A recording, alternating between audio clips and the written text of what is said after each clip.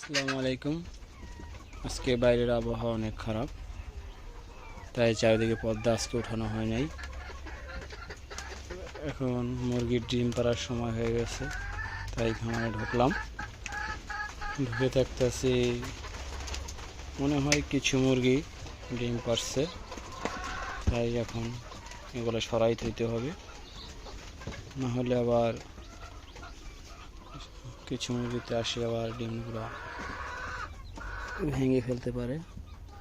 তাই ডিমগুলো অন্য জায়গায় থুয়ে দিতেছি।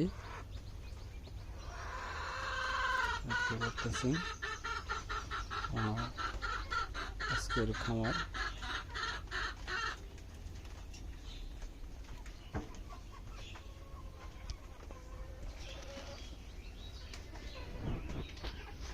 এই যে আমার খামারের মুরগির অবস্থা, সব মুরগি সুস্থ আছে।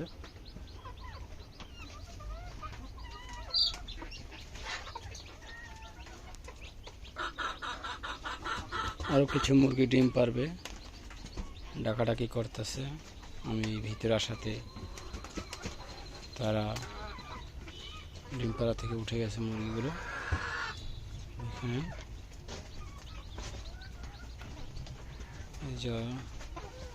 এখানেও দুইটি ডিম পারছে,